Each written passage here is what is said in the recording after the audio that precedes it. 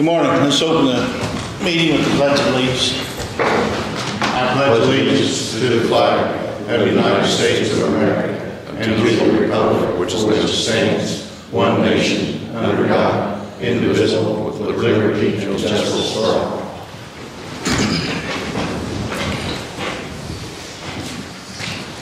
Good morning, everyone. I've not had time to read through my agenda here, so we'll just take it as it comes. Soil and Water new employees. So we had a proposal from Soil and Water. I think Jerry and I, we was both here, wasn't we, for the interview? Yes. Would you like to name Christine?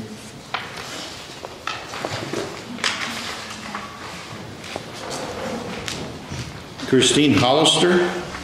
Yes. So that is their, what am I going to say? Of the two people we interviewed, that was the choice That was their choice. for that meeting. And I will have to say, they had some good applicants. Yeah. It was good applicants. They were both qualified. Yeah. So you need a motion. I'm looking for a motion. I'll make a motion that we take the recommendation of the Soil and Water Board to hire Christine Hollister for their open position. I'll second that motion. All in favor? Anything to sign on that or not? Nothing, no signatures? Just soil and water, sign the offer. What do you guys, oops, sorry about that. Soil and Water. Yeah. Okay. Yeah, I think so. Second on the agenda is Missy, Public Transportation. Hi, Hi. how are you? Good. Good. I am coming today on behalf of Transportation and NDOT. As you know, we were supposed to be getting 3 new vehicles. I'm sorry to interrupt, but we can't hear the person that don't tell you. Yeah, pick the mic up a little bit. Is it on? No, I don't think so. Hello? Test. There you go. Sorry. We were supposed to get 3 new vehicles with the CARES funding this year, which was cut to 1 because of the pandemic and no parts available. We recently got an email 2 weeks ago that they are now approving for 2023 low floor mini. I've given you some pictures of 2 of our vans that really need replacing, and that's why I'm asking just for 1. I'm asking for 1 to apply for one of these low floor minis that would be an 80-20 split between the state and the county, which would come to $12,323 match, if that would be something. Well, I talked to John about it, using ARPA money on that. He thinks that it will fit into their guidelines to be able to use that for a match. Okay, that would be wonderful. I think he's going to clear it. Thank you, thank you. And I had one other question. See, as I'm new, I'm still learning. Yeah. So how much money are we talking? 12 grand. 12,000? Yeah. I'm still learning all the pieces of the job. The senior center building there's not been any maintenance done to either building since they've been there, since '96. And the gutters on the back side of the building have come loose. Our maintenance man did clean them out. He said there's nothing to re-screw them to. Some of the shingles are folded up. There are no active leaks or anything like that, but it is probably something that's going to need to be addressed fairly soon so that we don't have any of those issues. And I didn't know, how do I go about? That's a county building. I'm pretty sure it's on county property. Park there. So you have to find somebody to get you a couple estimates. Yeah. Do I put that in like our budget request for the senior center, or do I guess it depends on how big of a hurry it is. You know, Okay. if it's something that can wait for next year's budget, yes. Okay. But if it's something that's got to be funded this year, then it's going to be additional, and we get. I think it'll be good for next year. Okay. I just wanted to know how I go about. Yeah, yeah. So does it need a roof or does it need just a gutter repair? There are several shingles that are flipped up. See, I would have gotten up there and gotten some pictures for you. I didn't. This was kind of a last minute thing that I was told about. How old is that building now? 96. 96. And they haven't been Might be full replaced. rough. Yeah, they've not been replaced since it's been there. I just want to kind of know how I go about, I want to make sure I do it the right way. So probably if the gutter board is rotten, there's leakage going on, so there's got to be some repair done. Probably a roof, new gutter boards, you Okay. know, yeah. Okay, I'll get some different estimates and then Yeah. get that I'll all stop by together. and see you. We'll take a Okay, look. perfect. Okay, that's it. That's all I have. All right, thank you. That's our 2023 budget for signature that I have to present to NDOT by next Friday.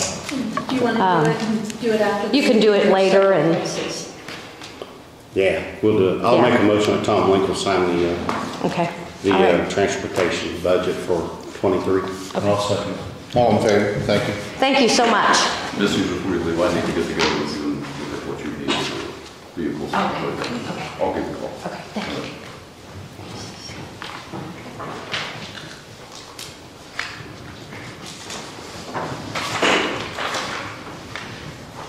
Let's see, Shelley Lunsford. Good morning. Morning. I'm with the Franklin County Community Foundation, and just very quickly first, I'd like to extend a personal thank you to the commissioners for allowing for the free trash pickup or free trash drop-off at the transfer center on the Earth Day weekend. We had a great community cleanup. I think in Franklin County, we had 27 teams signed up that picked up garbage around the county and took it, either to the town provided some drop-off as well, or to the transfer station. So that's what I wanted to say first. And then what I'm here about today is, as part of the Preserving Main Street grant that the town and Main Street Brookville received, we received an Indiana Humanities $10,000 grant to do what they call storytelling about our community and in the Main Street area. So what we're wanting to do is we've got a team together, and this team is wanting to create what we're calling a walk through Brookfield history. And working with some local historians, we have selected 12 sites on Main Street. 7 of them are in the business district, and 5 of them are in the residential district. And we're seeking permission from each of these sites to put a small sign on their property, something that would be could stand up to weather, maybe on a small post, something like that.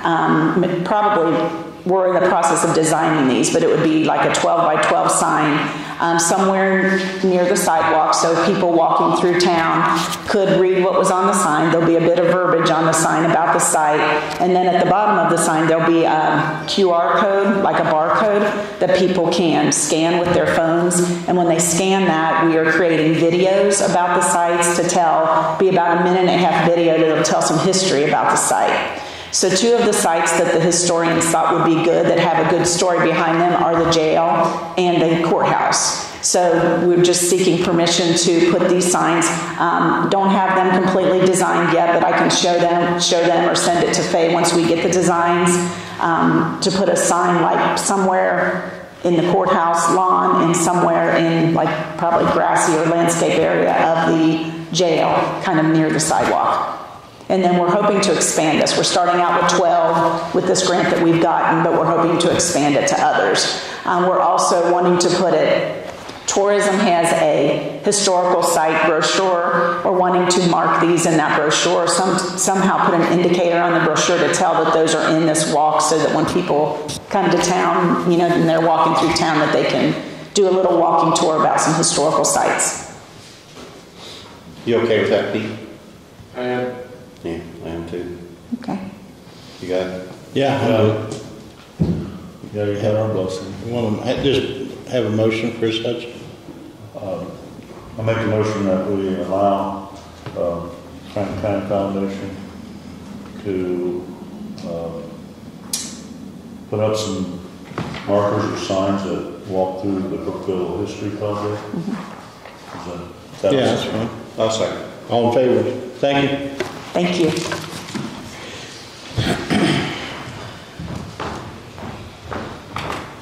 John Palmer. Good. Just a quick update.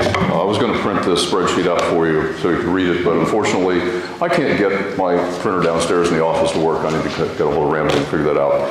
But what it comes down to is I did a little, I'll call it modeling, just to find out what the requests we've gotten so far for ARPA money look like and how much that comes to.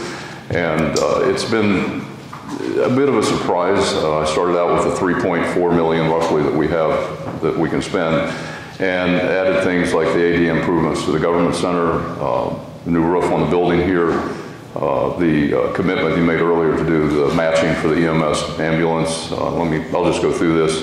There was some talk about trying to improve the animal shelter. Metamora Sewer District asked for some money as well. Then we've gotten requests from 3 different volunteer fire departments for money. And so it's interesting that if I just take those numbers and go through them, that comes to about $1.6 million. That's a fair amount. So that's the reason I think we need to look at what can we do for matching funds and things like that as well. I'm trying to get the fire chiefs together in a couple of weeks. Steve Russell has made a commitment to do that, to talk about what they really need, because some of the requests we got from them were, well, for instance, 1 or 2 wanted to help pay off their loans, and we can't do that with this money. It's not allowed. So that's off the table immediately. But every one of them did ask for things like turnout gear and things like that, with some extras thrown in. I don't know if they're asking for everything, or because we haven't really had that talk yet, or if they say they need all of these things. But I think we need to look at each one of these requests and find out what's actually needed versus what it would be nice to have. But then I think working with Amy to find out if there's any EMA sourced grants, and working with other monies that may be available from some of the other funds in the county to try to match. So I think our general attitude ought to be, we're going to find as much matching money as we can, and we'll say we'll match up to a certain amount. Otherwise, this money will disappear real fast. So, does that make sense, Tom? So do you have a form that you're wanting? Yes, yes, and that was the reason to go through this, to figure out, what kind of information more I was going to have to ask from these folks. So you want us to fill the form out? No, I think that the way we've got it set up is that I'll fill the form out, and it's just no prejudice involved. Just this is the form, this is what they're asking for, and then they have to give us documentation to go with that form. It's not just yes or no, or here's the amount of money. It's why do you need it? So, for instance, the estimate you have on doing the ADA improvements here, that would be attached to that form, and there'd be a justification on the form of why we have to and need to do it. So that would be one project. Also, the roof, obviously, it's pretty obvious we need a roof, but we still need to fill out that form to say why we need it. There's also probably going to be a need to get bids for things that are a certain amount of money. I think by county rules as well as the ARPA rules, that you need bids that's over a certain amount. And in fact, I was just looking at that document down on my desk from the county about how much money you could spend before you needed those kind of bids. So that's so we'll follow our own rules, and if ARPA is a little bit more strict on some things, we'll probably have to go with that too. But the reason I'm bringing this up is just each one of these has to have that form filled out to present to you folks and have you make a judgment as what do you think is a good way to go. You don't have to approve things immediately. You can say we need more information. It's not like I give it to you and you have to say yes. You don't always have to say no. You could say I need more info before I make that decision. So we was talking about the tracking of how it's going to go. Yes. So you'll do the form. You'll show the form to us. Yes.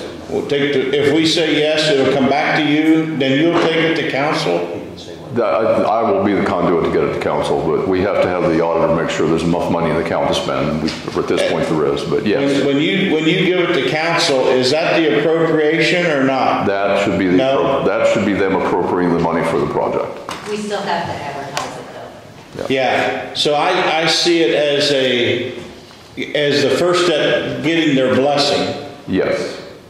And then it has to come back to us, and we'll fill out an additional appropriation, and then back to them to approve the additional appropriation. Is that how it's going to go, Carla? We don't have to do it that way. Carl, you can contradict me if you want, but originally when we set the plan up, it was to have you folks say it's a good idea, and then take it to council after you've made sure They there's probably no... should do the additional at that time. I'm sorry? They should do the additional at that time then. Yes, and then the idea was that after council appropriated the money, then it just came back to you to make the final say. Okay, all right. Yeah, it's spelled out 1, 2, 3, 4. So when you was talking, I might have missed it there. My phone was vibrating. Did you say the park? Did you say anything about park? No. No money about the park yet? Not at this point. Okay. As far as the park goes, though, you know, if you remember, we turned in a plan to DNR earlier this year. They accepted it. After June 1st, they should start contacting all the parks in the state and let them know if there's grant money available and what we have to do to apply for it. And so that's what we're counting on for there, is see how much money we can get from the state grants or any other grants, and then match it if we can with ARPA money to do improvements that are needed. So at one time you and I was talking, maybe the park would fall into the HELP grant. Is that possible or not? I think entirely possible. In fact, I would probably advocate for that, because that's another amount of money that we'll have, plus an additional money, you know, attached to that. So the $1 million we set aside plus an extra $60,000. I mean, if we could move that, if we could move the park project to the HELP, that would leave the ARPA for something else. You know? Exactly, and that's why I didn't include the park in this list right now, because I thought there were going to be things that we would move over into that other fund that we're going to have available after January 1st, 2023, working with the state. So, yeah. All right. So there was one thing that Ramsey brought up with me, and I think we ought to think about it.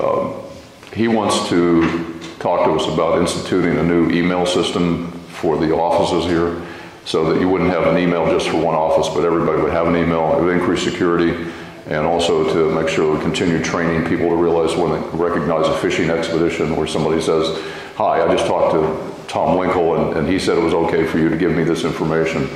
He wants to institute a program to do that. It's going to cost about $20,000 started, probably about $10,000 a year maintenance after that. But I think it's something we ought to think about, because security is going to be a big problem. An individual email for every county employee? Yeah, that's what he's talking about. I'll have him here to explain more about it. Yeah, I think it's something, I just wanted to bring it up that he thought about it. I think it is a reasonable thing to think about, because with internet, I'll call it robbery, coming along so fast, you don't know who's going to ask for what. And I think we need to be as well protected as we possibly can. And where I used to work, we did that every year. We went through training, we went through upgrades of our security systems, and it was quite eye-opening to watch some of the things that had happened to people that I'd worked with, and they didn't realize they were being spoofed or phished, where they were saying, you know, so-and-so executive said it was okay to talk to me. People would go ahead and do it. It was quite valuable for me, even for my personal life, because now every email I get, I go and look, where did that really come from? And that's the kind of thing that this system will help us do, is to make sure these are not coming from outside the government for requests for information inside the government. So. All right. So, but I'll have him come and we'll explain more about that as we go along. And I think that's something we can pay out of this ARPA money as well, long term. So the point is, we weren't able to do any of this until April 22nd. That's coming past. We went ahead and approved one, which was the radios for Metamora. And by the way, we got an invoice for that directly to us rather than to them. I think it's okay to pay that. I'll talk to Carly to make sure. But they have the radios, and I called to make sure of that yesterday. So they did get that come in. But as we go through this, I'll be coming back and saying, okay, this is what's being proposed on these project reports or forms that we have, and we can make decisions as to whether to move ahead or say we need more info before we send it to council. Sound good? All right. So while you're standing there, I got a call from the contractor that gave us the quote on the roof. If we don't accept his quote and so he can order metal, it won't happen this year. So I guess you guys need to figure out a direction to give him. That quote is laying on my desk downstairs. Yeah, I will go ahead. John last week. What'd you say, Tom? I gave it to you last week, that quote. Yeah. Well, let me ask you this question. Do you think that you have one quote from one company? Are you happy with that, or do you have to get multiple bids on that? That's the only one we could get. We asked like 5, 6 other companies and nobody wanted to mess with it. Okay, so you can do a single source? Huh? You can do a single source, the guy's giving you a quote. You can't get no more. I don't know what else you do. Yeah. Grant, can you answer? I was going to say, I was going to check with Grant. What's the dollar amount? About 400,000, 425. It's gonna be a little more. We're gonna go for, I mean, I say you guys wanna go for take out the flat? Yeah, I think that was in there. Yeah. That was in the 425? I think so, wasn't it? Because it's more like 5. You said. So there was the main quote, and there was another paragraph that he had an additional to do away with the flat portion of the roof and put a truss? Yes, you're right, that is in there. I hadn't gone through it, put it in this form yet, but. Yeah. So I would sure think we'd want to do away with the flat while we're doing it. So Grant, what do you think? On if it's over 150, you'll have to send out a formal request for bid. Even if I don't know if you did that, and I know you did quotes, but you'd have to actually do it as a bid, seal the bid, get responses. It sounds like you may only get the one guy's response, but if it's over the 150, you're going to have to do that. So basically to do that, we need to get somebody to get that spec out immediately.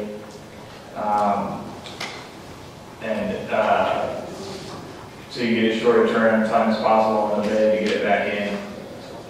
I don't know if that can be done by the next meeting. It may have to be 2 meetings out by the time the process goes through.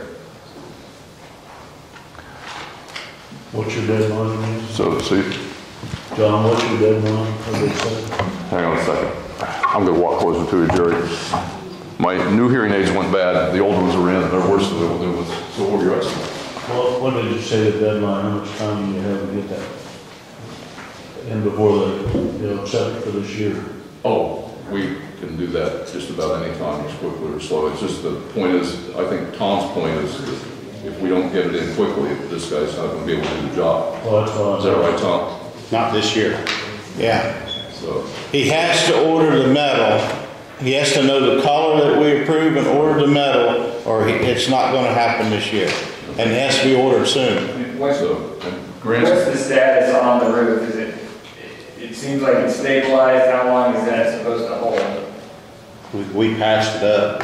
I don't know. You never know.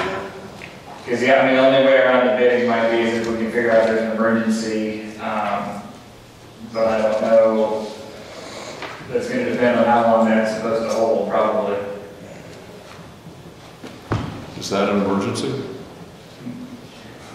That was an emergency, but the issue is that they do have to patch at the moment. It doesn't appear to be leaking at the moment, but yeah, it is going to be a problem. It depends on how long that patch holds. So is your final opinion that we need to get 3 bids and do it as soon as possible? The problem is we just now publicly announced his bid. Not all of it. How about you get together with them and make sure what we have to do as far as making this public and get it done as soon as we can? Yeah, we can put the specs out real quick. So you got 2 weeks to. Well, you do that and I'll work up the form and get that in your hands in a day or 2. How's that sound? Okay. And then we'll have to take it to council, but we should be able to get it all done by the end of the month. So, all right? Yeah. Okay. Anything else? I mean, if we don't get it done, it'll just be another year. Yeah, the bad thing about spending government money, federal money, is always rules. And we have our own rules here, and I think our rules are good too. So we'll, so you work with him, figure out how fast you have to, what you have to do to get this publicized. I'll work on the form, get it in front of you folks, let you take a look at it, and then if you approve it, then we can take it to council. Okay. Sound good? Okay. All right.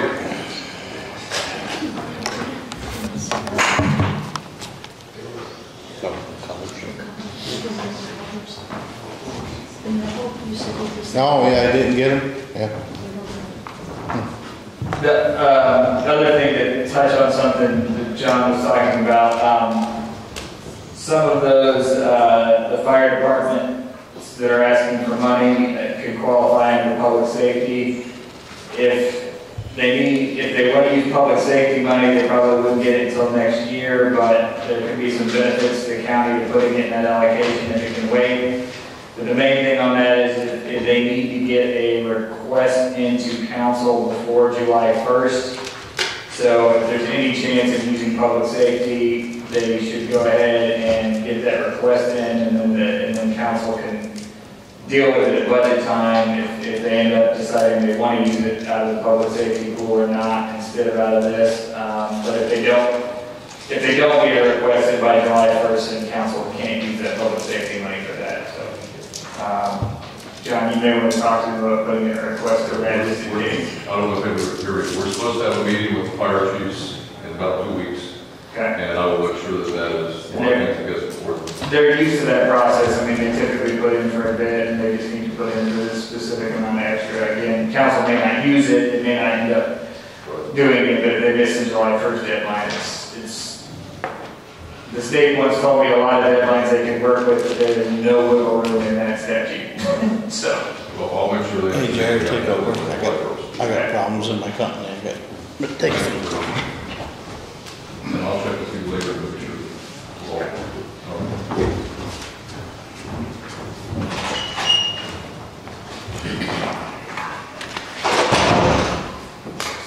Okay, I guess Tom has to be excused for a little bit. The next thing on the agenda was the salt dome quit claim deed and inbound. So I looked over all of that, that's fine. I don't see that there's a time deadline on that on responding. There's not much of a reason to wait, but I did talk to Tom Linkel and order a title search be done on the property just in case. Given that it's inbound property, I'm not expecting liens or anything like that, but before you took it over and started, fiddling around, tearing down things, doing whatever, I just kind of wanted to make sure, there wasn't an easement running right down the middle of it that you weren't aware of, those types of things. They said the title should be back on Friday, so probably if you're okay with the paperwork, I would go ahead and say if you guys want to either authorize somebody to execute it or go ahead and execute it and tell me to hold on releasing it until we make sure the title's clear. I guess I'll move to have you go ahead and execute it. Or one of you guys would execute it and I can just hold the paperwork if that's fine. It's in Tom's name, so I'll make a motion that Tom Linkel go ahead and execute it and grant hold it till you get the title search back. Okay. And I'll second that motion.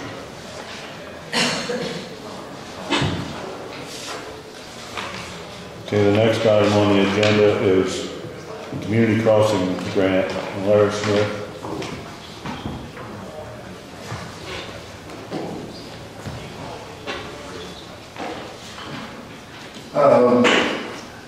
We did get a community crossing award for $607,845.01, and as of the last call to the spring.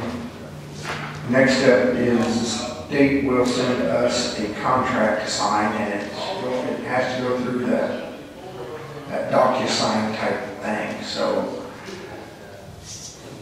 I suppose the board should probably agree to allow the commissioner to sign that contract when they receive it. They haven't received it yet, I don't think, but it's supposed to be coming.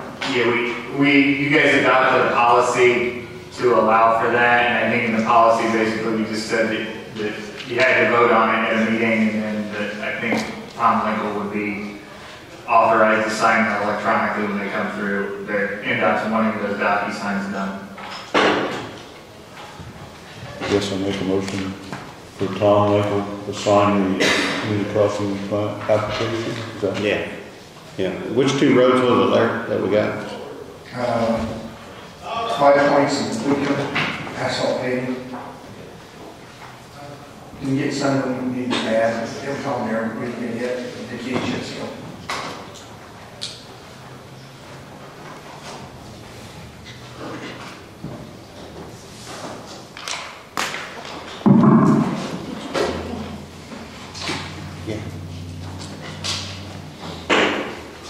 Did you second? Yeah, I second.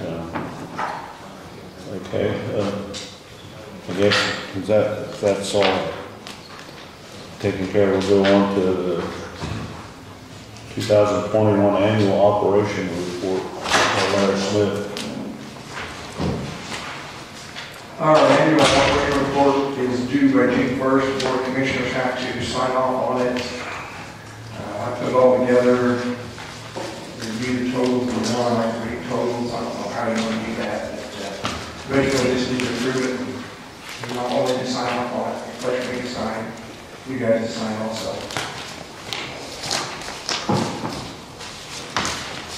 Is this just for highway, Larry? It's just motor vehicle and local road, street, King Bridge? Yeah. NDH, Laurel, Road, King Bridge, Cover Bridge Fund, and then editor, LIT, and highway also. There's the highway funding.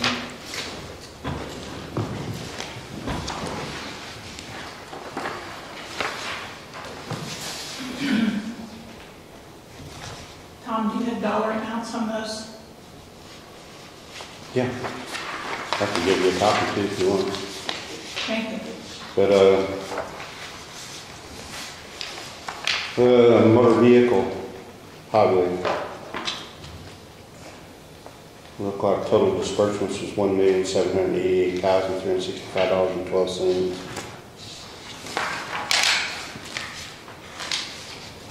Okay, what is the total, Larry, of $7 million for all the funds?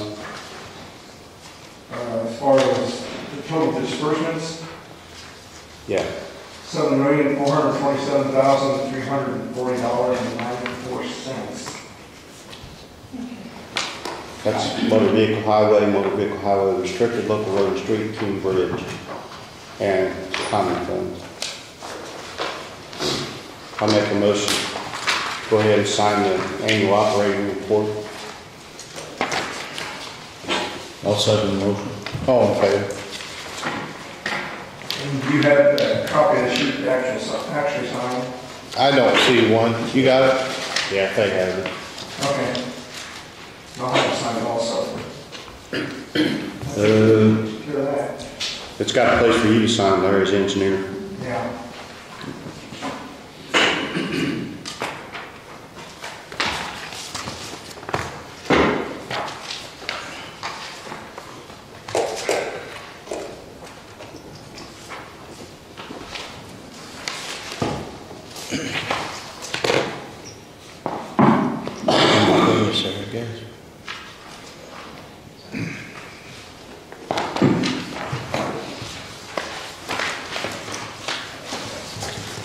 All right, we good there? Yep.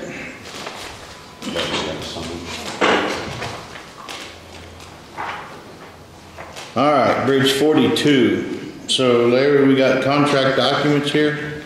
Basically, the title page, I needed 11 by 17 copies, and I didn't have access to the copier this morning, so I didn't even print it out. I don't know if I sent a copy to Crystal, if she... It has them.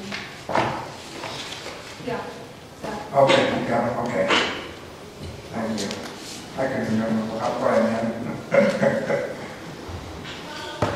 What do you need, Larry? Title sheet? The title sheet signed for 42? Yeah, I think it has, especially the auditor, and so, commissioners. I think it's the front sheet. That's all you need, because there's a bunch of others in there. Just the first sheet. Front cover sheet? Yep. Yeah. All right, I'll make a motion that we sign the Bridge 42 contract documents and permit applications forms so we can get everything done and get started on that bridge. I'll second the motion. All in favor? Tom, can you tell us the terms of the contract? The terms, like the length and the dollar amount in one sentence or less? Larry can. Estimated, That's our favorite. No, we can give you estimated dollar amount, That's our 657,000. But that's engineer's estimate, so it's hard to say where the bid will actually come in.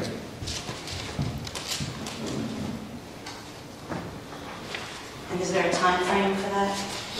Time frame, Larry? No time frame yet on We'll it? try to bid it sometime in August possibly, So will it be built this year or not? probably. Possible. So possibly. We're hoping.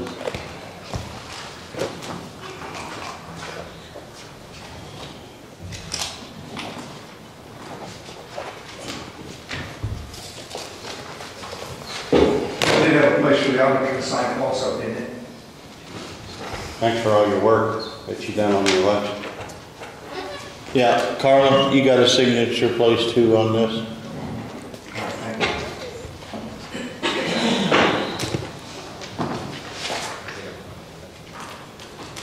All right. We're down to minutes.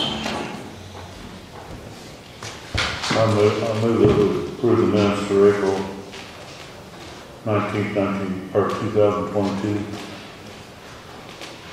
I'll second. All in favor? John done left, didn't he? Because he was having some problems with Spectrum not being able to gain access to something on either. Maybe not. Who are you talking to? You. I don't know. Do you want me to call him down? Yeah, I thought I seen an email or something that Spectrum was having problems. Oh, I think he said inspector. Oh, no, Spectrum, sorry. What inspector? Yeah, Spectrum,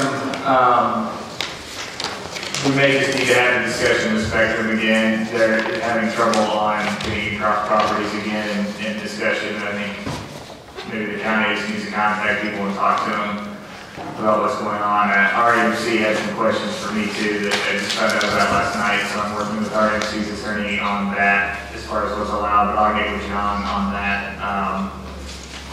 I can do that probably later on today or tomorrow. Talk through that. I don't know if there's any official action to take on that at this point. Yeah, no, I just wanted to get it out there that, Right. you know, they're trying to install high-speed internet, you know, fiber throughout the county, and it'd be nice if we could have that. If everybody- Yeah, the more work we can get out and you know, as much cooperation from landowners as possible is greatly appreciated, as it is a community benefit situation. I mean, John compared it to the rural electrification program that, you know, we've got. It could be that much, almost that much of a shift to be able to finally get this out here. But it's going to take a lot of work on the part of the community working together to get everything through. I talked to one of the linemen that were out looking about that, and they were checking the height of the pole, or the wires on the pole, to see if they had to stay, Spectrum had to stay 4 feet below the nearest electrical wire, and if they have enough room between there and the ground, then they'll put them on the poles, I guess. So if they could keep a lot of it on the electric poles, that would help get it through. Yeah, that'll make a lot more cost effective than having to bore on a lot of it. They can use a lot of the poles that are already there. So just to let everybody know, it's not a hoax, and nobody's trying to pull the wool over their eyes. It's a real deal for high-speed internet for the county, which is, you know, valuable for especially people that work from home, schools, whatever. You know, we need the high-speed internet. How many companies do we have in Franklin County as far as putting internet in? I know at least 2. 4. John said 4. 4. 6. I know Spectrum and 6. So yeah, It's roughly 6. there's Spectrum, Frontier, Cincinnati Bell. It's one corner of the county, and I've heard they're starting to get active again, just anecdotally. There's an RNC in the southeastern part of the county, and then there are a couple of companies that won through this bid process, like Spectrum did, but they they haven't been responsive. John's tried to reach out to them and haven't heard anything yet, so we don't know where they're at. They've got a few years to run this process, and Spectrum's trying to get on it and get moving. These other companies haven't been as ambitious, and hopefully they'll either start to move or turn their bid territory back over to somebody else in bid. Yeah, it was all done through a bid process from the federal government. Yeah.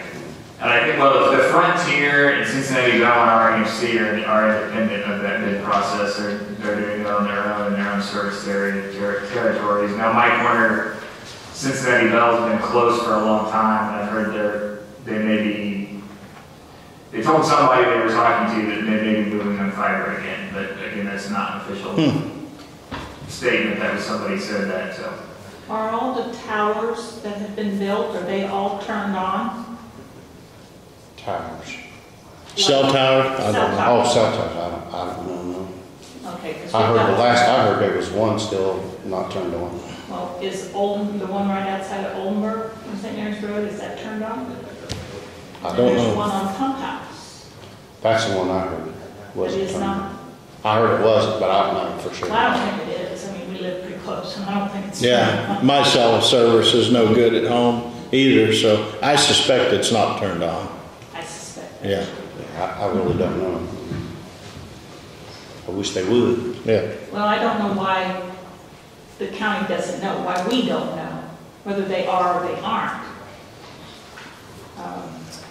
You know, they were given permission to put the towers up. So I don't know why we don't know if they have been effective or they're just standing there. I have no idea. I know that went through the APC to get permits to put them up, but I don't know. Do they have to report back if they're online, Grant, or not? I don't know. That'd be more of an APC question. I'm not aware that there's a requirement, but I just don't know. I tried to talk to the APC on that as part of the approval. Yeah. I was at a couple of them meetings, I don't remember anything being said like that. One other thing on the Spectrum, and the post is on Brookfield Chapter, there is an address check link for Spectrum. Although humorously, there were two posts yesterday I shared. One was from John, and the other one was after talking to John, was his address link. The first post, 40 people asked, is my address covered? And I put another post saying, here's the address checker, and nobody apparently saw that post. So, yeah, it's on Chatter, and I can get it to other people too if they want it on, but there is an address check, and it'll come up and say, you are a likely location under the I forget the acronym, the Rural Development Opportunity Fund, I think is what it is. That you are a likely candidate, or it comes up with some other messages if you're not. Is there any way we could forward that information to Faye in case somebody emails here? Yeah. Yeah, do Yeah, I that. can get that. She even send it out to the media, and we don't. Yeah. John and I were checking various addresses where we knew it should work, and places where we didn't think it should work, and it seemed like it was roughly correct. I mean, it does have some wiggle room language in there that these are approximate areas, but from our knowledge, it seemed correct. John and I met a week ago, to go over the area where Spectrum is going, and he gave me a list of about 5 other vendors that are supposed to be supplying services in Franklin County. I don't have that contact information, but Spectrum supplied me with the CAN-Z files, which I can import into a drawing, and there's a lot of information there, but it shows the routes that they're planning to go. So it's my goal to try to create a map of all the different vendors, if I can get a hold of them, show where those zones are, inspect the roads, and try to minimize it so we can put it out for the media or on paper to the digital newspaper so that we can supply that for the public to be able to see where these routes are going. So just have to get all that information together first. So as soon as I get something like that together, I'll certainly share it with everybody. What about the Oldenburg? What with them? It's 11, at 11. Okay. But I don't see them here yet. Oh, they're coming here. That's what I understand. They're coming here, right, Larry? The Oldenburg people? Yeah. All right. No claims today, Carla? No, there are only two. It'll be next meeting. You've got 3 meetings. All right. Payroll. We got payroll approved. Payroll date of 5/6 is $195,985.74. I'll move to approve. Second. All in favor?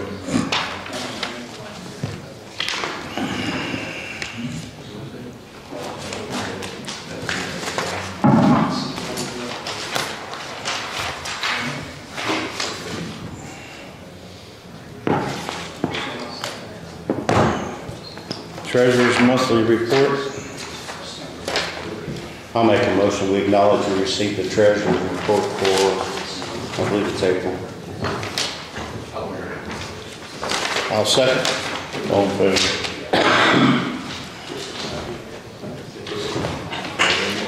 That's all that's on my list. We have, want to bring this up? Oh, yeah, go ahead, Jerry. Sheriff Cates,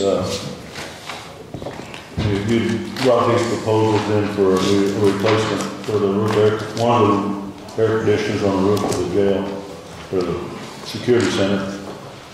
And one is from Hurt and Alco Incorporated Batesville for $49,000. The other quote is from DeBrow Campbell. It's for the amount of $62,945. Is there any preference that you have besides the prices? Are they both pretty much the same? Everything's included for both quotes? Yes, sir. Yes, sir. I tried to get another one as well, to get a third one from Train up in Rushville. They didn't respond back. Yeah. So of those two, I'll let you go and decide which one. Hertelco is the local one, and DeBra is a industrial outfit out of Cincinnati area. Yeah. I mean, I've known here at Alco for years. They do business everywhere. I have no reason not to accept them, I don't think. I agree. Yeah. So you made a motion to accept? I'll move to accept here at Alco's bid of, what is it? $49,000. 49,000 even? It's even, yeah. 49,000 even for replacing the cooling air conditioning units on the roof of the jail. That's just one of them. Yeah. Second. Or did you already? He did, so it'd be All in favor? You got a bunch of signing to do. Okay. If everything else is done, I'll say after election last night, I want to tell everybody I appreciate working with everybody through the years, and I'm kind of looking forward to passing on the torch a little bit here. You don't have to sign that one, do you? Oh. What is it? That's it. That's all right. So I'm kind of looking forward to some nights with phone not ringing and turn my phone off at night. And I would like for one of you guys to take over the highway department. I know it's tough, but I would ask that. I'll make a motion, Jerry. I've got all morning, but I'll try to do my best. Give me a call anytime, you know. And you got Larry and Tom. He's been around forever too, so you'll be all right. You'll work through it. Well, thank you. We've got a meeting with Oldenburg, so we want to take a recess here for a few minutes until those folks get here. Yeah, just keep the meeting open generally. I'd like to maybe revisit the roof I want to talk to one of you guys and see if I can get a contact number. I want to check on something. Let's take about 5 or 10 minutes. We'll re-adjourn then, or we'll Recess. we'll recess now. We'll come back.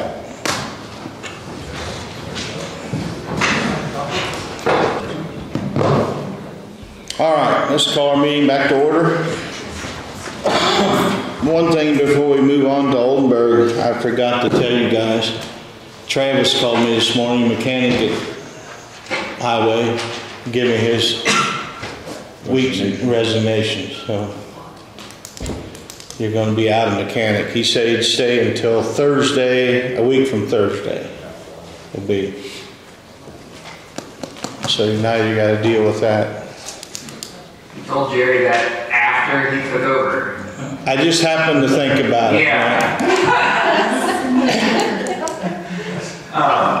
Well, what we need to talk about, I think we've got representative maybe from the engineering firm on there, and I think John Kellerman at least is on there, who's Oldenburg attorney, and there's somebody else on there now. So it's an interlocal agreement. It's a bridge and road project down by Oldenburg. There was a draft interlocal agreement, but Larry and I were talking about it, and I think before we get too far into the weeds on the specifics of the interlocal agreement, we need to hash out what party is responsible for what, because one's responsible for the bridge and one's responsible for the street.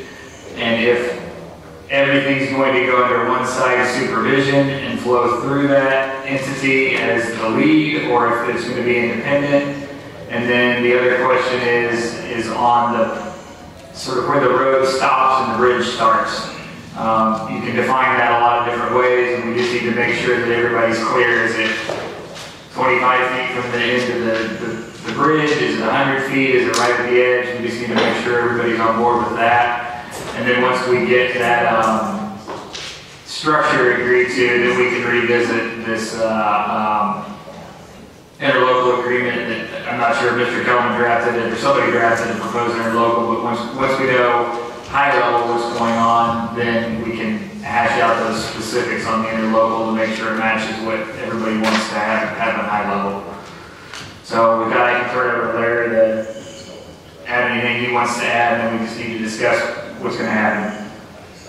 The only other thing I need to add is the way these projects are funded.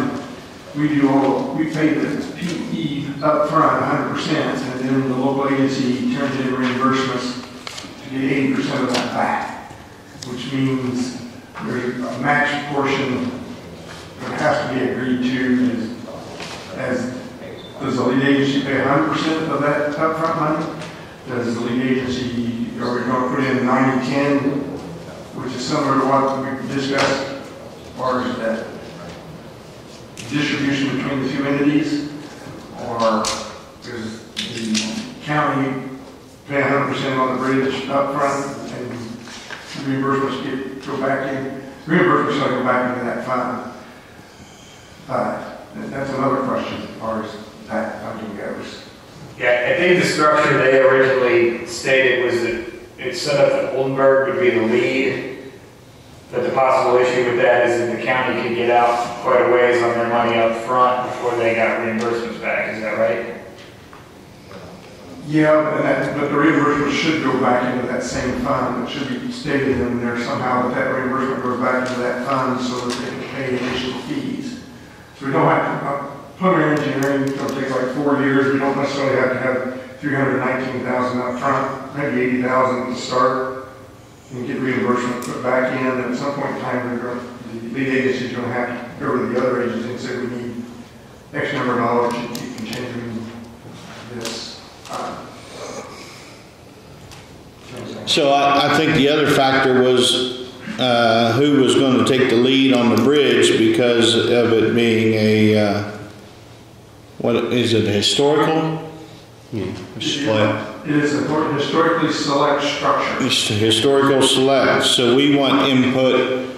I guess we want input somehow to what's going to happen to make sure the hydraulics of that bridge gets fixed, and make sure it fits the Oldenburg theme, I'm going to call it. So it fits the Oldenburg. Historical. Yeah, historical. So that's kind of my point. And being select, we had to, when we did the application, we had to apply for, we couldn't apply for a structure replacement. We would have had to gone through a lengthy process to get an okay from the feds and everybody else to make it non-select. So we applied for rehab money. So whatever. Can you guys hear me? Sorry. I have to have some kind of rehab. Yeah, go ahead. Okay, this is Jake Weissner with HWC. Excuse me. As part of that funding application, as Larry mentioned, this is a historically select bridge. So any historically select bridge going through federal funds with NDOT would require what's called a historic bridge alternatives analysis. Oldenburg hired HWC to complete a draft analysis of a draft historic bridge analysis as part of the funding application that was provided to the county as part of their funding application to NDOT. Within that, as Larry's correct, what we would call complete replacement is not a likely outcome for this particular bridge because of its select status. But the alternatives analysis did look at the hydraulics, as you guys mentioned, and proposed 3 different alternatives. That they analyzed the input costs to them, and one of them, what's called alternate B3 in that report, does specifically addresses resolving the hydraulic capacity of the existing bridge and proposes to fix that. All of these alternatives discussed, investigated in that report, do look to maintain the historic nature and replicate it. That is a very common practice for any historic bridge. It's one that's it's pretty much become standard practice to maintain historic features as much as possible, and costs and other items for historic bridge projects in Indiana. So those conditions have been accounted for early on already and will be accounted for in any design going forward for the project.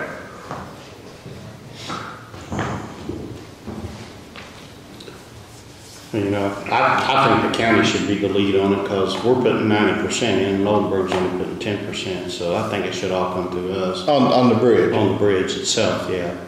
And to me, where the bridge ends and begins is at the end, at the approach. Once the approach is over, then the Water Street would start. I'm assuming there will be expansion joints? Oh, I'm sure. Would that be the start of the approach? I would think so. They put a approach pavement that could be at the end of the approach slab. It could be 10 feet, 50 feet. You could put a number in there, but it's just something we need to define, whatever that is. Put a number in there, Larry. Let's get started. I think 25 feet. Does it have approach?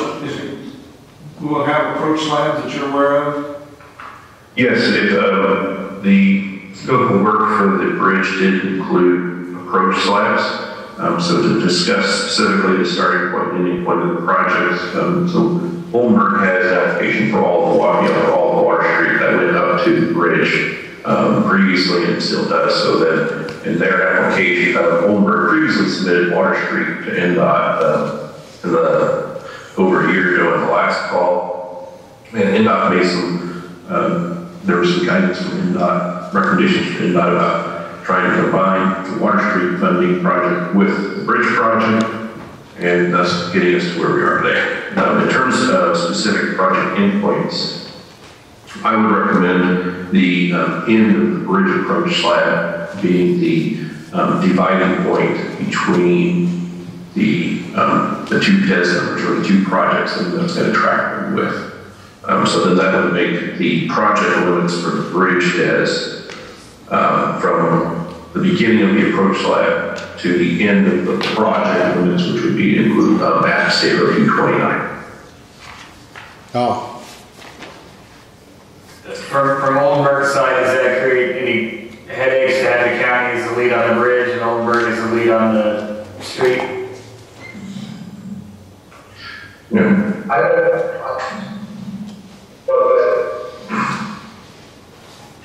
guess, this is John Keller. I guess I would say not particularly, although I will also say that interlocal agreement is not something that we crafted ourselves. I'm not a believer in reinventing the wheel. That was a form that we got from INDOT and changed the names and the project numbers or inserted them into the form that they recommended.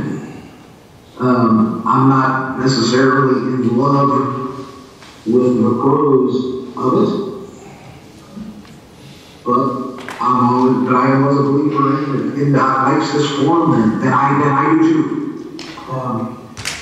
But we can change the word of it.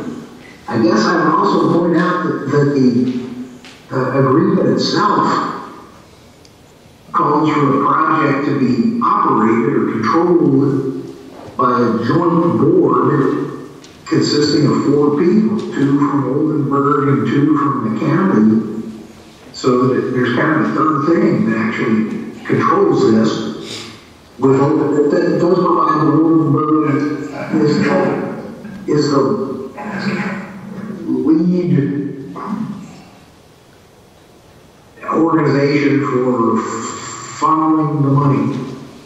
But are they going to put the money up front? The interlocal agreement as proposed would be that the Oldenburg would be the lead agency for both DES numbers and be responsible for managing the project. Both of these DES numbers, one construction contract, one design project. From a tracking perspective, everything from design and dollars would be tracked specifically to the 2 DES numbers that INDOT has assigned based off the 2 different applications, one specifically submitted by Oldenburg and the other by the county. However, or so I should say, everything will have to get tracked separately by DES number, from design, all of the design fees, invoicing from your consultants, all of it will need to be separated and tracked separately to ultimately meet INDOT's goals and to make it clean and easy for INDOT to manage as well. They don't want everything to get smashed together into just one big number. In terms of paying, it was anticipated that Oldenburg would be the lead in paying for all of it, and then would submit to the county on a monthly basis or submit to the county for their portion of their money respective to the bridge.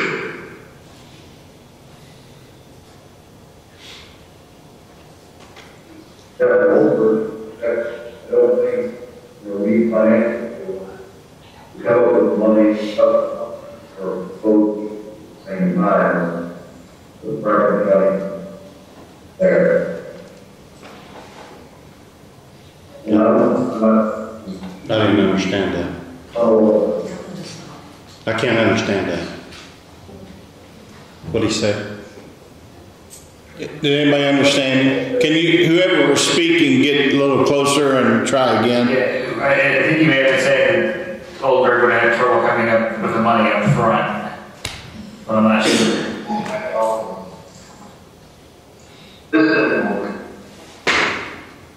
I think the county should be the lead agency on it. You know, that way it can run through all of our books and the whole project. No, not the Water Street project. Yeah. That for 2 separate DES numbers, just that one DES number for the bridge. So yeah, just make sure everybody can hear on the system. So the county's saying that the county would be the lead on the DES number on the bridge, and the town would be on the other. As far as this joint board, it does sound like Oldenburg may need input on aesthetic of the bridge. From what Mr. Linkel said, is that the case? Do you still want to have at least a joint advisory board that's there to discuss things and make sure everything ends up the correct direction, or what do you want to do on that? That's fine. I don't care about that. But on the RFPs, who's going to score that and select? If we're the lead agency, we would do it. If we're not, that's what we need to do. They would. Yeah, we need.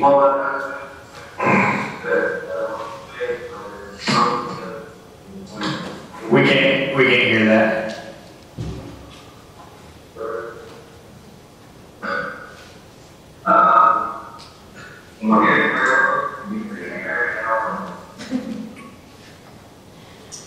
No.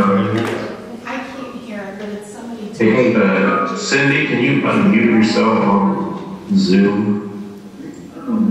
Who? Oh, sorry, that's good word. Okay, can you hear me now? Yeah. Okay. As far as the joint board, I think it would probably be necessary not only to far put on the bridge, but also when it comes time to pick the different entities going through the project. Like the first one is the PE. It seems to me that both groups need to get together to pick that engineering firm, only so it stays consistent through both projects. It's my belief, I think, that it makes sense for whoever's constructing the road also constructs the bridge, and maybe that's not a good assumption. But so that two construction groups aren't at odds, or two engineering groups are not looking at things differently, it seems like it'd be more seamless if there was one engineering group to do both projects, along with following through the whole project to the end. If that's the case, then it makes sense to have this four-person board, two from Oldenburg and two from Franklin County, to score those different companies and decide on who to pick for the entire project. Does that make sense or not? Larry. I guess when gets down to the score on the RFPs, you just need to have at least 3 people. It doesn't say who those people have to be, so we could work it that way. Well, when we do it, us 3 do it, and you, we have 4. So The only problem would be if it came out somehow to where it shouldn't tie, but if the score is tied somehow, then it might cause a problem. If 2 of you went one way and 2 of you went the other, but it's all need an odd number. It's all total points. It shouldn't be that. The county has an engineer. That could be the 5th person. Are you guys in agreement that there should be one, you feel there should be one engineering firm for both those numbers? Or do you think it makes more sense to have individual firms to do, possibly individual firms to do the bridge versus the street? I personally don't think it makes any difference, because if we have an endpoint to the project, obviously we're going to work together to the extent that the bridge is going to be 100 feet away from where the road ends.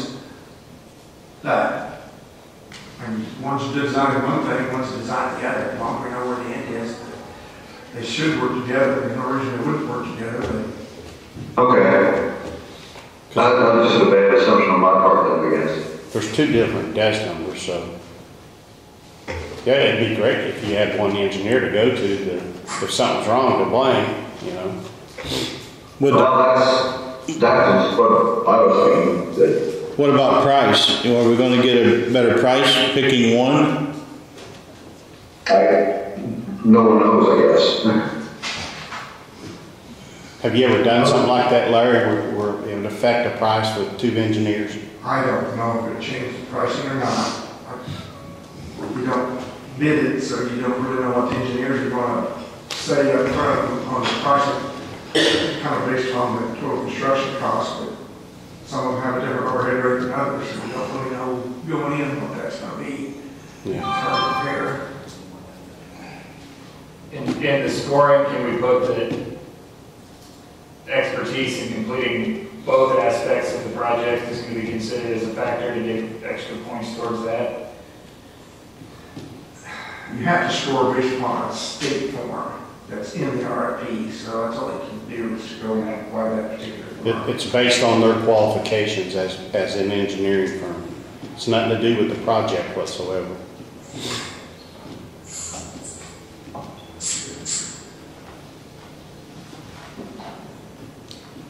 I don't know. So it sounds like we need to come up, I need to get with Mr. Kellerman, maybe tweak the interlocal so that there is a cooperation in scoring and guidance going forward. But it would break into two separate leagues financially, and it's the break point's going to need to say that it's at the approach on the slab, is that right? Agreed, we're trying to agree approach, Yeah.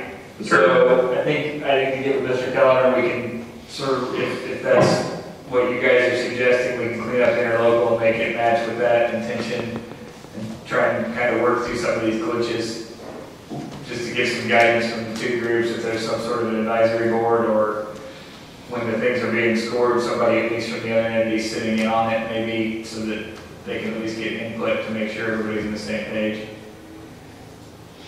Sounds good to me.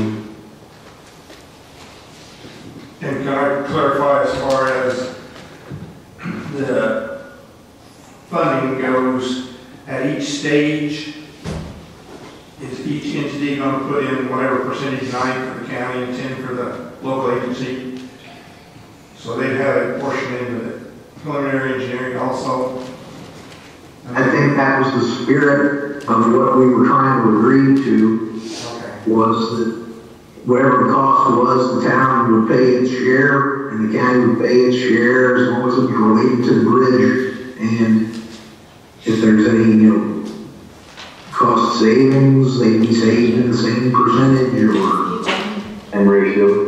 Yeah. And we're just going to get a number that's not going to change the ratio, yeah.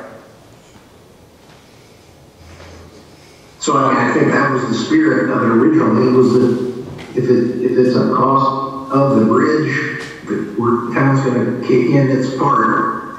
It sounds like we're really in agreement. The only thing that was ever sort of possibly in dispute was who's going to put the money up front, the town or the county, and which one's going to be reimbursing. Sounds like you guys would rather put up the money and have the town reimburse its share. So for the bridge. Right. Yeah, just the one does. You don't have anything to do with the other part of it. Yeah, that's right. Yeah, I think that's correct, John. That was the caution point that the county was committing this much money and running it through the town.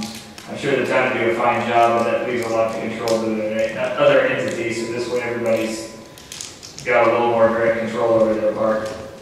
So I have it clear then. What we're proposing to do is both entities will deal financially with NDOT separately. Is that right? No. With their own DES numbers. Oh, with the own DES? Yes. Yeah. So will the money still all flow through Oldenburg, or will Franklin County put their money to NDOT 100% and being reimbursed directly from NDOT? What, for the PE? Yeah, for all aspects. Is that what you're proposing? Is that you want to do the financial part with NDOT separately from Oldenburg Street all the way through the project so that your money would never flow through Oldenburg? Is that what I'm wanting? Is that what you want to do? Simplify accounting. For us. That's what we're thinking. Okay, I don't have a problem with that. I don't believe so. As long as NDOT does it. The only flow through would be your share of the bridge through the county. So if we're paying 100% up front, then how much we want, how long we want our money for then until we get reimbursed then? Well, normally what you do is you enter into an agreement with NDOT for the NDOT engineering that has come to a global agreement with the engineering firm. And we up front that engineering money, what agency does, and then they get reimbursed 80-20. So normally, And what I would like to see is that since it's a federal aid project, anything is reimbursed immediately goes back into that fund to be spent again without having to be reappropriated, which is something I'm trying to work with her on a different program, and then we wouldn't necessarily reimburse to Oldenburg, it would just be back in that fund to spend again. And then when preliminary engineering is done, there'd have to be some kind of county eventually to where the 55,800 would be Oldenburg's total, and the counties would be the rest of it. Assuming there's no overruns. If there's an overrun, I don't know who pays that. Is the county paying 100% or you're basing the overruns on the same 90-10? That'd be the question. On the interlocal that's been shared has a clause that any overruns above the funding application for any circumstance has to go to the joint board for discussion before approval. As well as underspending, right? Right. Anything underspent is was set up based off. It would be any unspent money would be returned to the entity based off of a percentage of that contributed. So if it's a 90-10 split, any underrun would be a 90-10 split in return. Gotcha. Okay. Thanks. Denny, for kind of what you've got is it looks, I'm looking at a breakdown that Larry had shared with us, and so in essence you would need to provide $30,000 to $40,000 of Oldenburg money to the county to establish your portion of that preliminary engineering right away and utility pot of money that the county would need to facilitate them being the financial lead for the bridge test. Gotcha. Okay. The 31.9, right? The 31.9, and then the 2, and then the 5. Everybody's got skin in the game there. From us. The thing that was all up front, okay. Yeah. You've, based on the funding application, Oldenburg has committed $55,800 to bridge test number. Right. So 31.9 of that being assigned to PE. That's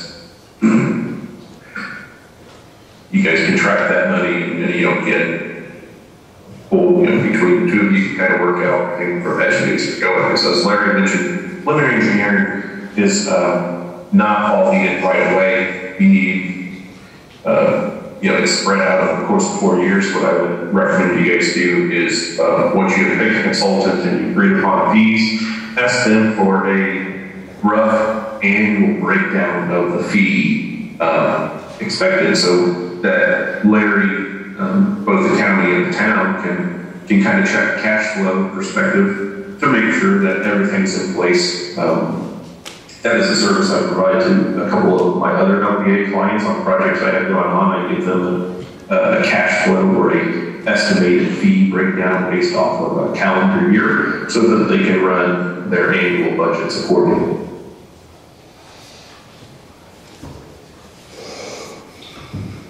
So we make sure the financial statement is going to ask. Any other question? But when you financial stuff together, are you going to share the total amount and then like a breakdown so we just kind of keep a rough record here with us?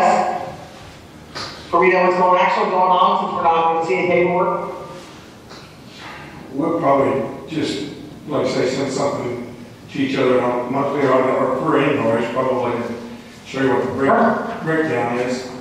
That's fine. I mean, we just want to still keep tabs on it. I don't care if we don't keep all tabs, but we still like to see what's going on, financial part, on our financial part. Absolutely. I have no problem with that.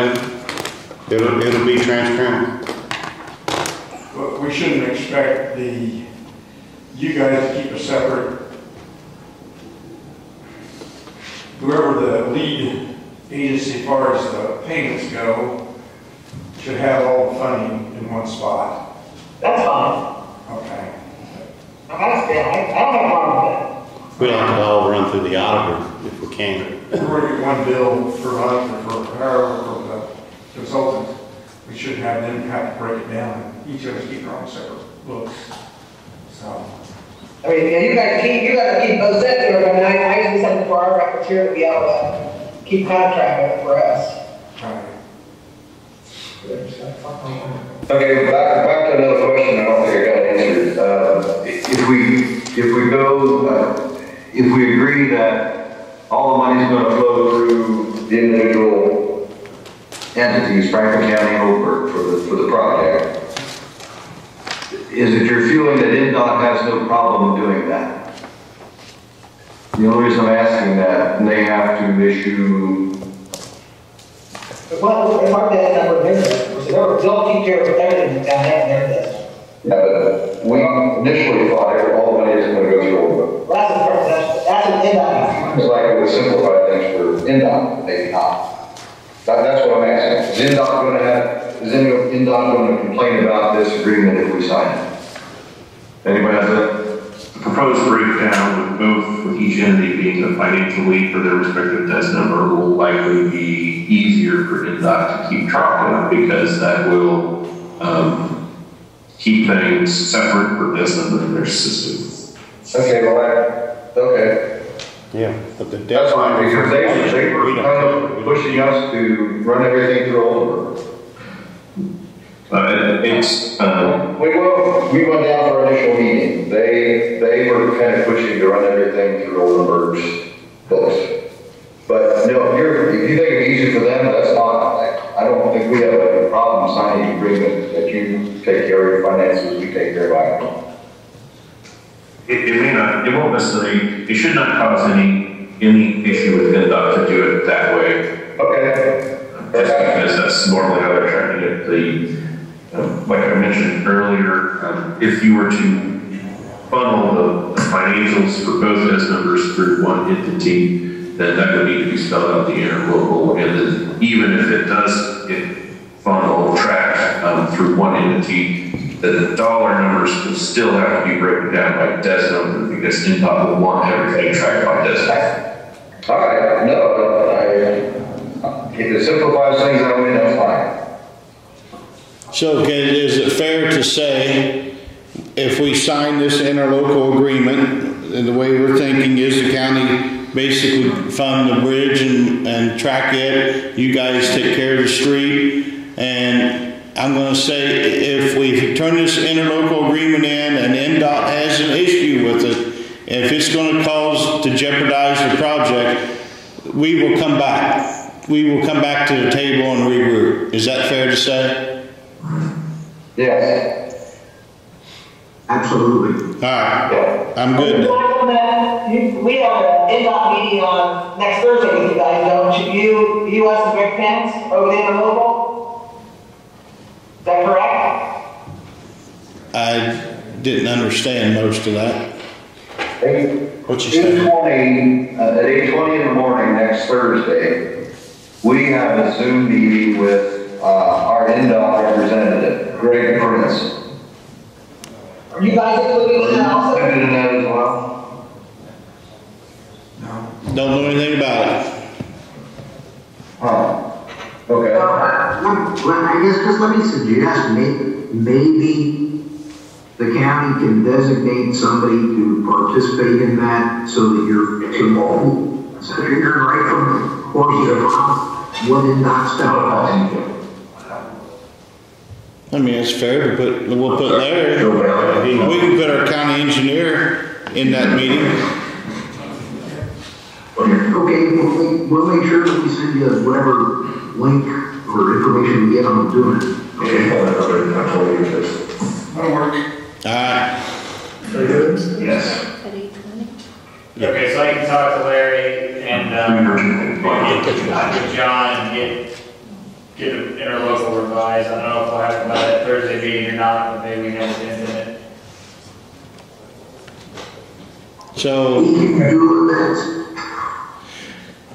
So how soon do we need this interlocal agreement signed? Our meeting next Thursday, I think, is regarding this interlocal agreement. I was thinking you guys would buy it, they're trying to find a host. What did he say? So the quicker we get that signed, the quicker we get it moving. Right now, NDOT has pulled the RFP, and they will not repost that until we have an interlocal sign. Graham, can you get with Kellerman and get that done then? Yeah, we'll have to work on it. So when can we, how or when are we gonna get our signatures on it? I say when you get it done, let us know, we'll call a special meeting to sign. Yeah, that would be, yeah, we need to get that is before the next meeting. When is the next meeting? 2 weeks to. They need it by next Thursday. Okay.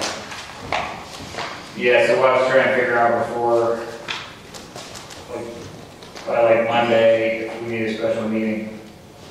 I would advise that you may not need a signed copy by next Thursday, but if you take a updated version of it with to show it in their comment by next Thursday, that would be a reasonable expectation to present to NDOT then to further explain, your plan for the county, how moving forward with it, and a copy of that interlocal for them to give a cursory review to NDOT. In my experience with NDOT, they always have comments and suggestions, and they like to call them suggestions, but they're not usually suggestions. Okay. Yeah, that's fine. I'm guessing Larry and I are going to be able to get pretty close to what you guys would want, since we have good input from you now, so probably, I would think we're getting pretty good shape. Okay. So could we have a motion to sign it when you get it prepared, if it's as written as we have agreed upon, that we can sign it without having another meeting? It's too much.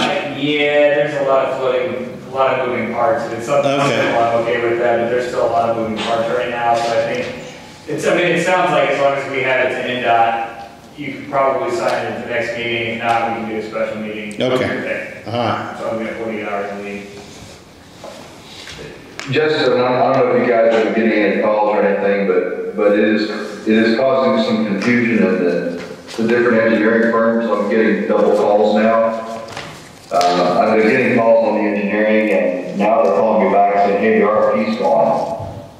What's going on? And they're getting confused. So the quicker we can get it signed and get an RFP back out there, it might cut down on some of the confusion. Sounds good to me. Hey, Grant. Yeah. I know you're in the middle of that meeting there. When can you and I get together? Realistically, I'm probably looking at like tomorrow morning early. Okay, that's fine. So, you tell me what time tomorrow do you want me to be on the phone with you, or wherever you want me to be. Why don't I give you a call about 8:30 tomorrow? Okay. Okay. All right. All right. Thanks, John. Yep. Thanks, sir. Just from my own knowledge here, I guess, this is our first federal grant that we've been involved in. And after we get the RFP out there for the engineering firm, it comes to the point where we're going to be doing the scoring. Will there be two different groups now scoring for each individual project, or a combined Franklin County Oldenburg committee that scores engineering for both projects? I'm good either way. Either way for you guys, or do you want? Or do we need to decide that? I'm just a little confused about that next step. And maybe NDOT will clear that up for us next Thursday. Could the 4-person group do it all? I don't know. Yeah, why not? We're good either way. I guess we're good either. We can either score our bridge, or we're good with appointing a committee, and that 4-person committee 2 from you, 2 from us do the scoring for both projects. So we can do it, we'll do it either way, however you guys want to do it. Maybe that might clear us up at our meeting next Thursday when we talk to our representative there. All right. Okay. Is that Dennis? Okay. I think that's all we had on that. So I think we're probably done. We can let Oldenburg go. Yeah. All right. Thank you, guys. Well, thank you very much. Yeah. Thanks. I look forward to the project going forward. Yep. There we go. All right. Thanks. Yep. Bye. Tom, he needed to talk to you. Yes. I need to move back around on the roof too on the emergency. Sir, you need to speak. You need to ask. Me? Yeah. Nothing compared to what you guys are talking about. Oh, that's all right. I was just wanting to request a good friend of mine, Jim Glasscock, used to be a teacher and a track coach out in Whitewater Township. And he collected, or he's made up some memorial things that happened during the track seasons. And he was wondering if it would be permissible to put that in the archives. I've got it worked up for it really nice, and he's going to put it on a plaque. And he just wanted me to stop by to see if it would be okay to put it with the other things in there. Be very, very good. I would appreciate it. Okay. Yeah. I was going to do Laurel's. I used to be the track coach and the principal at Laurel, and I was going to do ours. But when they remodeled everything, they're all gone. Yeah. So I really am depressed about that. But I'll tell Mr. Glasscock. You're good. Hi, Jared. Yep. Hi, Tom. How are you? Thank you. Anything else? Grant? I just want to keep you from lunch as long as possible. The roof project, I looked while we were talking in the meeting to look at the emergency criteria.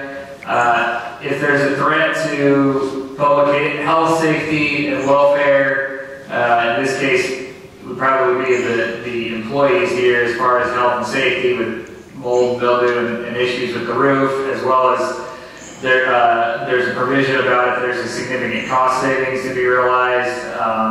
And I think in this case that would be, if that thing starts leaking again, you're going to have a lot more damage. One thing we also mentioned when I was talking to Mr. Wilson is the darn buzzards, if they come back and start ripping up more next spring, because this will actually, hopefully they can't rip off a metal roof. If they do, I'm not going to be around the buzzards. But you could potentially do it under the emergency provisions, in that there has to be a competition aspect, which I think Tom has met, because how many places did you contact? You listed like 5 or 6, I think. Yeah, we contacted you. Yeah. So probably what it would take is if you direct me to do an emergency finding and state you contacted all of these people, this is the only one that came back. If we don't get this under control over the next year, and given the supply chain issues right now, it's going to lead to a larger problem if it's not cured. It's going to be a threat to the safety of the building, threat to the safety of the workers in here, and health if we get mold and water and everything in here. You could go under that, and that gives a provision that you don't have to follow these strict bidding requirements. Again, given that you have met this competitive element by actually seeking out all these places. Well, I think that's what we got to do, guys. I think we need to move forward under the Emergency Act. If we want to vote, we need to. If that's the case, I would say you're declaring that this to be an emergency situation.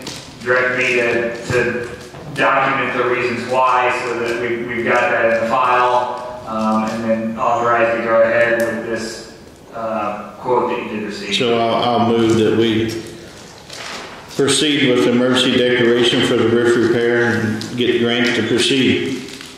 I'll second it. All in favor? So guess we're still waiting on the color chart. Yeah, I gotta get that. You want me to call him again? Yeah, you might. I know they're busy, but everybody's busy. So when we go back to repairing in here, are you gonna repair before the new roof or after the? I got a guy coming to repair that because it just keeps falling. Big chunks of it keep falling off. Somebody's gonna get hit with it. So my request would be, after the new roof is up and the roof is fixed once and for all, I would like to see that corner put back original. I'll take that corner out, back to the wall. Yeah. Who's buried in that corner? Lincoln.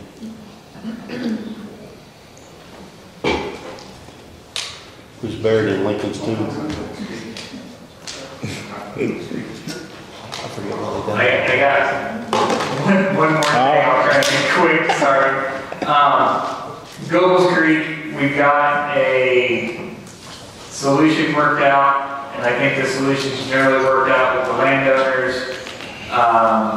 We've got the title policy or title searches back. I don't think there's anything inhibiting anything as far as getting the right of way or the property acquisition. There won't be right of way. That actually part of them would be an actual acquisition of property. Part of it's a temporary access right of way. We've got those terms all worked out. I think Rob sent you some draft language. Yep. Subject to final legal approval. Do we have a motion to go ahead and go forward so we can get that acquired? Rob, what ballpark, what was the total cost going to be? I have to look back at, Mr. Fellinger, I think, might be wanting to be compensated for it, so it was minimal. quite a bit less. It was under $10,000. Yeah. Yeah. So, I don't really see the exact number, but. It was realistic. I'll say that. Yeah. Yeah, and all the landowners were very gracious and worked with us. We had one landowner had concerns, but they were legitimate concerns, and I think the county was able to address those. So I'll have a motion for Grant and Rob to proceed on the acquisition for the Gobles Creek. Yep, second. All in favor? So I told Larry to proceed with additional appropriation request to finish funding what he projects Gobles Creek to be. Snail Creek. And have you got any other projects that's unfunded that we need to do yet this year? I can come up with 100. Well, I know. Hot Road and Pocket Road, is that all funded? We're paying Hot Road out of small structure replacement, and City Hall is funded. Culverts, I know they said they're short of culverts. Do we got money to buy culverts? Some, but not much. I just got a quote for, took an inventory and requested from the guys what they felt they needed, and to restock metal culverts. I have it close with me, as a matter of fact. I'm just saying we need to put additional in to cover that because we got to get through the year. I know 5 Point's got to have some replaced before the paving. It's about $126,000 total. Yeah, What the so quote was. you need to cover that in your additional request. Okay. So if you would, get all those additionals prepared and get with Jerry and he can put a signature on them. Okay. I had one last question about Gobles Creek. Yeah. Once Grant has the legal work back to me, I intend to call the 3 property owners in for a meeting here at the county building, provided everybody accepts the offer and the letter and there's funds to be dispersed. Do I enter a claim with Carla, and is that fund set up in order to pay those funds? How does that work? I don't know. I've never been through this. Pay it out of the bridge project? We got an appropriation for the bridge itself. Yeah, that's what I would do. $100,000 the last time. So my question is when it comes time to pay the landowner, how does that work? Like run through, I guess we have to run through the highway, during normal, like, as part of the cost of the bridge would be the acquisition of the necessary approaches and such. And there should be money in that to pay it. Yeah, because we've got some appropriated. I just wanted to understand how that worked, and if it's taking place here, maybe pay, if we're gonna need a notary to pay, oblige that, that'd be good to do that as well too. So I'll talk with her about that. All right.